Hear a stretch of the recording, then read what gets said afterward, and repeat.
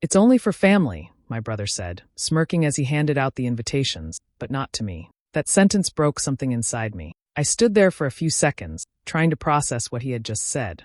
My father's 70th birthday was coming up, and for as long as I could remember, family gatherings were my favorite thing. Mom would cook her famous pot roast, Dad would tell his old army stories, and even Ethan, my brother, would act human for a few hours. But now I wasn't invited. I asked him calmly, "What do you mean only for family?" He looked right at me and said, "You know what I mean, Lena. It's just complicated." Then he turned his back and started talking to someone else like I wasn't even there. I felt my throat tighten, but I refused to give him the satisfaction of seeing me cry.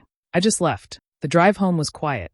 Every memory of us growing up together ran through my mind. Birthdays, holidays, times we laughed until we cried. I kept asking myself, what changed? When did I become someone he could just erase? That night, I sat by the window, watching the lights outside fade into the dark. I thought about Dad. He had been distant lately, ever since Ethan started managing his finances and helping out with things after Mom passed. Maybe Dad didn't even know I wasn't invited. Or maybe he did, and didn't care enough to stop it. Either way, I felt alone, like the last piece of my family had been taken away. I tried calling Dad, but he didn't pick up. I left a message, short, polite, trying not to sound hurt. "Hey Dad, just wanted to wish you a happy birthday if I don't see you this weekend." There was no reply. The next few days were heavy. I busied myself with work, told my friends I was fine, but inside I kept replaying Ethan's word. Only for family. It echoed in my head like a cruel joke. On the night of the party, I stayed home. I opened an old photo album, Mom, Dad, Ethan, and me. In every picture, I was smiling. I used to believe love was enough to keep a family together. Now, I wasn't so sure. I poured myself a glass of wine and whispered a quiet, "Happy birthday, Dad." No candles, no laughter, just silence.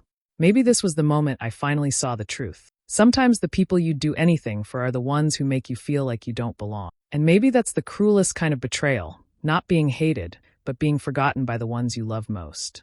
I told myself one thing before I went to bed that night. This pain wouldn't break me. It would change me. And someday they'd. My name is Lena Parker. I'm 35 years old, and for as long as I can remember, I've been the responsible one in my family. Growing up, I was the kid who followed the rules, got good grades, and helped around the house.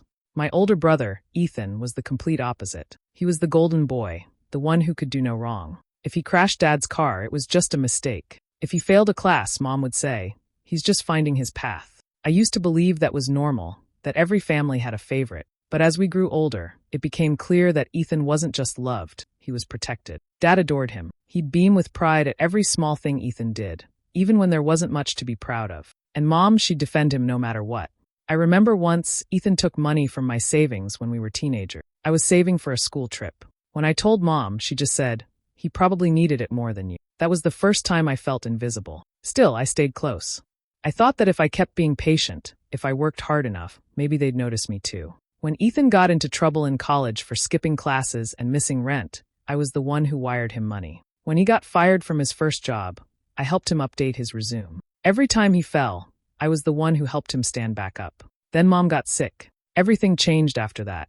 I spent most nights at the hospital, sitting beside her bed, while Ethan showed up occasionally, always with a loud voice and fake smile. I did the hard parts. The caregiving, the paperwork, the endless waiting. Mom used to squeeze my hand and say, "You're my strong one." I didn't realize that would be one of the last things she'd ever tell me. When she passed, the balance in our family shifted completely. Without Mom there to keep things together, Ethan stepped in like he was the new head of the house.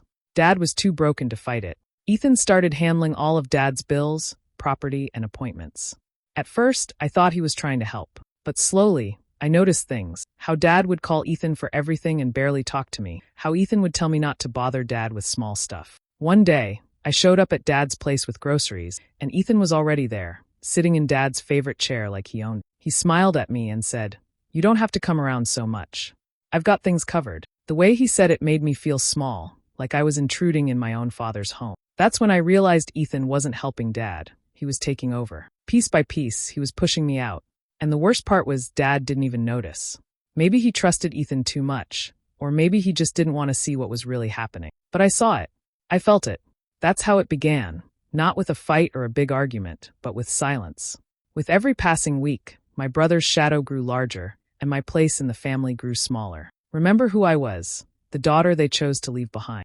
When Dad's 70th birthday was getting close, I thought maybe this year would be different. Maybe things between us could start to feel normal again. I hadn't seen Dad in a few weeks, and I wanted to do something special for him. I picked up the phone and called Ethan to ask about the plans, hoping to surprise Dad with a nice gift or maybe bake Mom's old chocolate cake recipe. Ethan answered after a few rings, his tone already sharp. "It's just a small thing. Only family," he said. I laughed, thinking he was joking. "I am family, Ethan," I replied lightly. But he didn't laugh. There was a pause, and then he said, "Yeah, well, Dad doesn't want anything big. Just close people. You know how he is."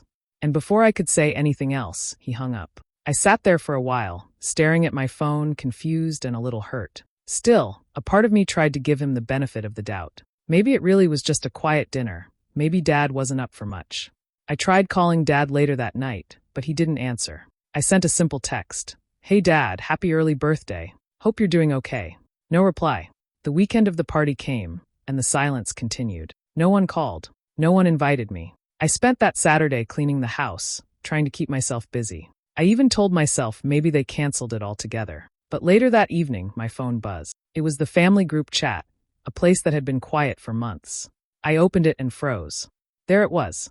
A picture of Dad, smiling as he cut into a large cake with golden 70 candle. Ethan stood proudly beside him, arm around his shoulders, surrounded by a few cousins, some neighbors, and even people I barely recognized. Everyone was smiling. Everyone except me, because I wasn't there. For a moment, I couldn't breathe.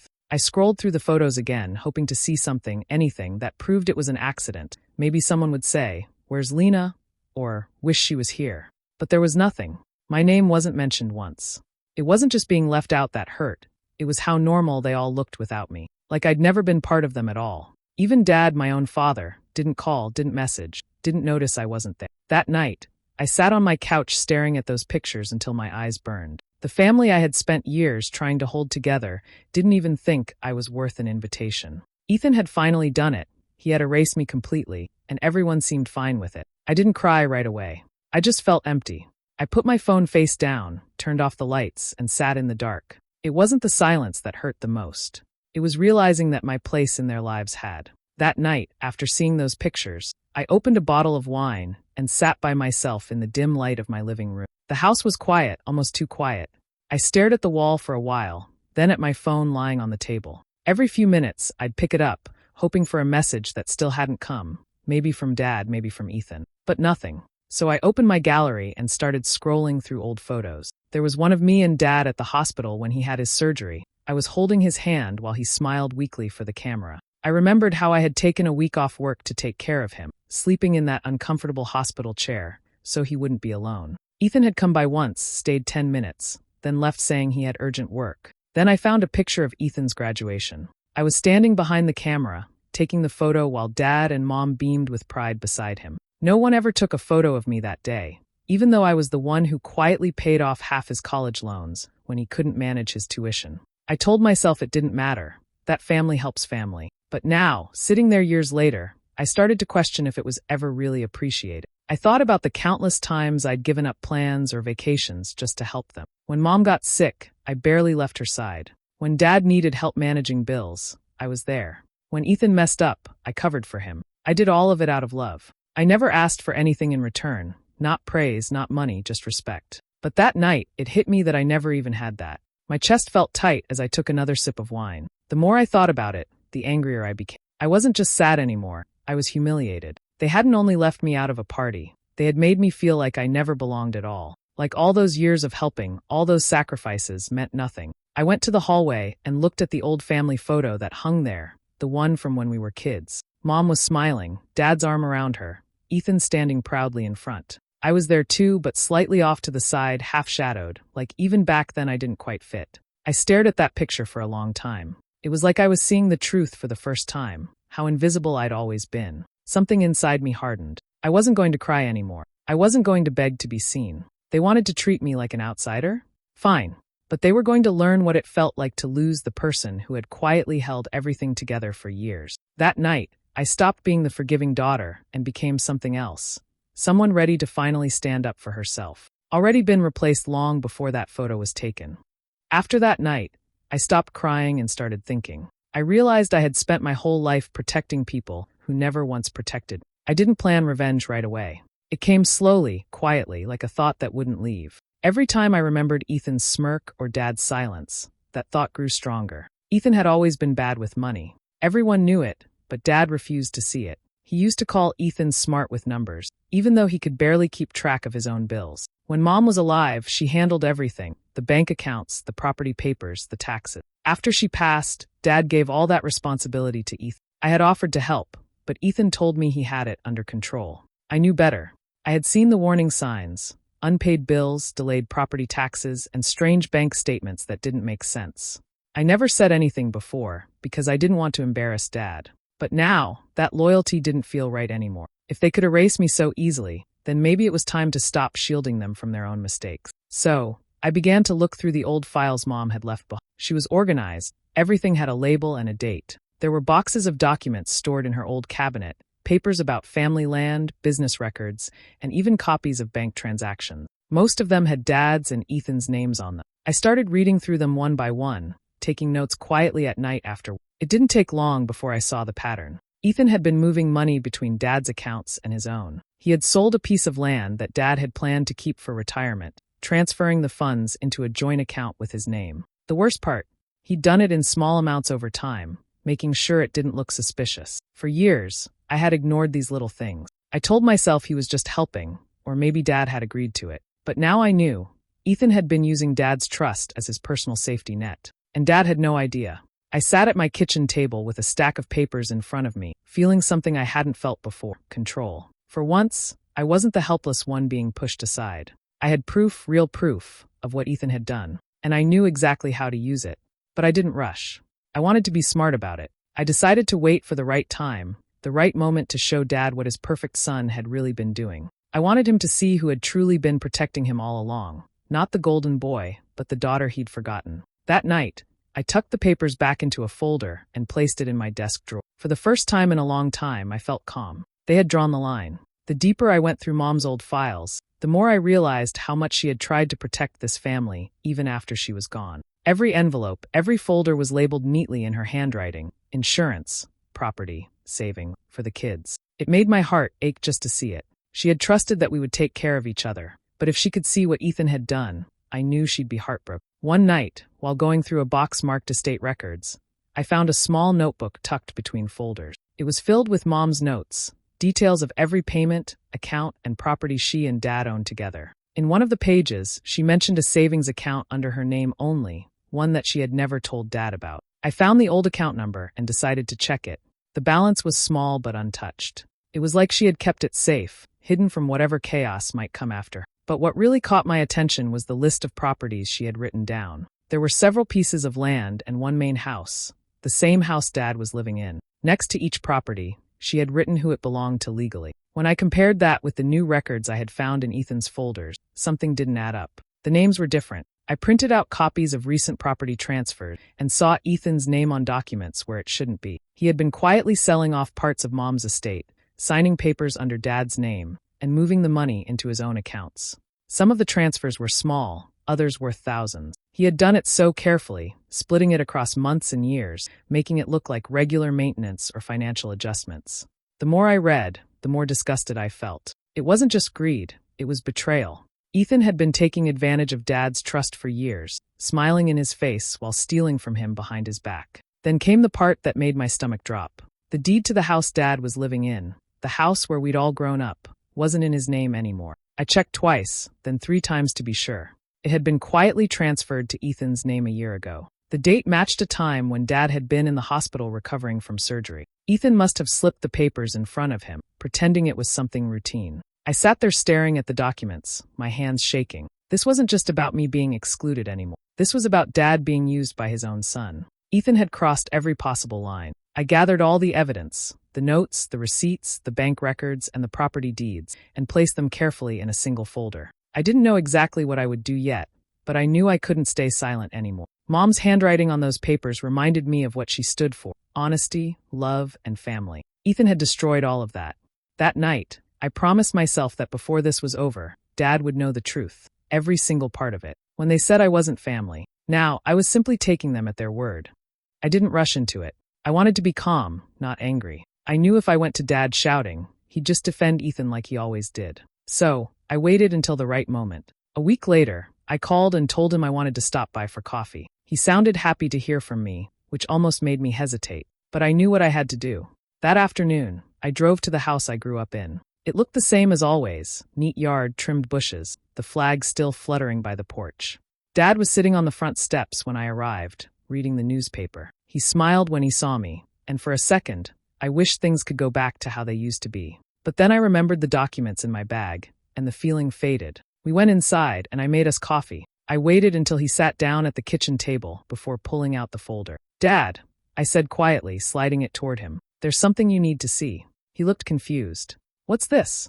"Just read it," I said. My hands were trembling a little, but I kept my voice steady. He opened the folder and started going through the papers, property records, bank statements, transaction receipts. At first, he flipped through them casually, like he didn't really understand what he was looking at. But as he kept reading, his face began to change. His hands slowed down. His eyes stopped moving. "Where did you get these?" he asked. "From Mom's old files," I replied. "She kept everything. I just connected the dots." He frowned and leaned closer to the document. "No, this can't be right." Ethan wouldn't. His voice cracked. I didn't interrupt. I just sat there and let him see it for himself. The dates, the signatures, the transfers, all in front of him. After a long silence, he looked up at me, his expression torn between confusion and pain. "You're saying your brother did this?" "I'm not saying it," I said softly. "The papers are." He shook his head, almost like he was trying to make the truth disappear. "He's my son, Lena. He wouldn't take advantage of me. You must have misunderstood something." I expected that reaction. It had always been that way.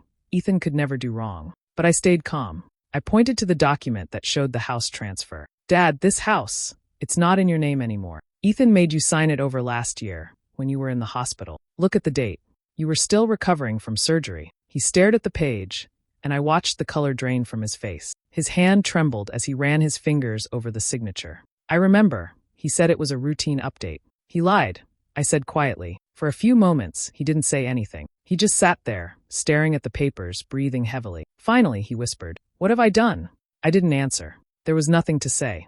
The truth was sitting between us on that table, heavy, undeniable, and painful. When I left that day, Dad didn't even walk me to the door. He was still at the table, staring at those documents, his world falling apart piece by piece. I didn't feel proud or relieved. I just felt tired. But deep down, I knew it.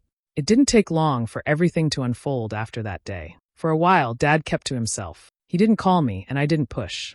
I knew he needed time to process what he had learned. Then, one Sunday afternoon, he called out of the blue. His voice was steady but cold. He said, "We're having a family dinner next week. I want everyone there." I could tell from his tone that this wasn't just a dinner, it was something else. When I arrived at the house that evening, most of the relatives were already there. Ethan was standing near the kitchen, laughing loudly like nothing was wrong. He didn't even look at me. Dad was sitting quietly in his chair, his expression unreadable. The air felt heavy. After everyone had eaten, Dad cleared his throat. The room went silent. He looked straight at Ethan and said, "There's something we need to talk about." Ethan's smile faded a little, but he tried to keep his calm. "Sure, Dad. What's up?" Dad reached for a folder that looked familiar, the same one I had given him weeks ago. He opened it and spread the papers across the table. "You've been stealing from me," he said, his voice firm but low. The room froze. You could hear a pin drop. Ethan let out a nervous laugh. "What are you talking about? That's ridiculous." Dad slammed his hand on the table. "Don't lie to me, Ethan. I've seen the documents. The property transfers. The missing funds. You forged my signature and sold what your mother and I built." His voice cracked near the end, not from anger but from pain. Ethan's face went pale. He looked around the room, searching for someone to defend him, but no one said a word. One of our uncles leaned forward and asked, "Is this true, Ethan?"